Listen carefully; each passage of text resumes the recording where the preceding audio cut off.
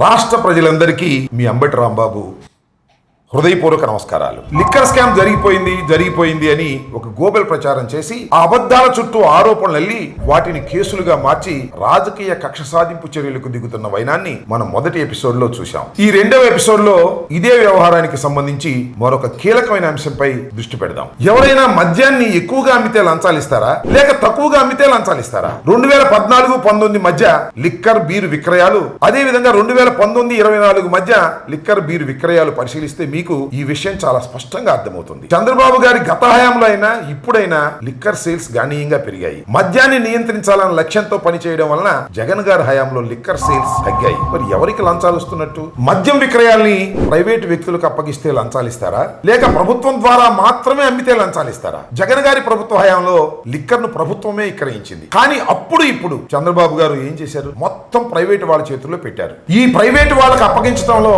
ఎలాంటి వ్యవహారాలు జరుగుతున్నాయో రాష్ట్ర ప్రజానీకం అంతా చూస్తూనే ఉంది. మరి ఎవరి హయాంలో ఎవరి పాలసీల వల్ల లంచాలకు ఆస్కారం ఉందో ప్రజలే ఆలోచించాలి. అలాగే లిక్కర్ అమ్మే సమయాలను కుదిస్తే లంచాలిస్తారా? గతంలోనూ ఇప్పటిలా వేల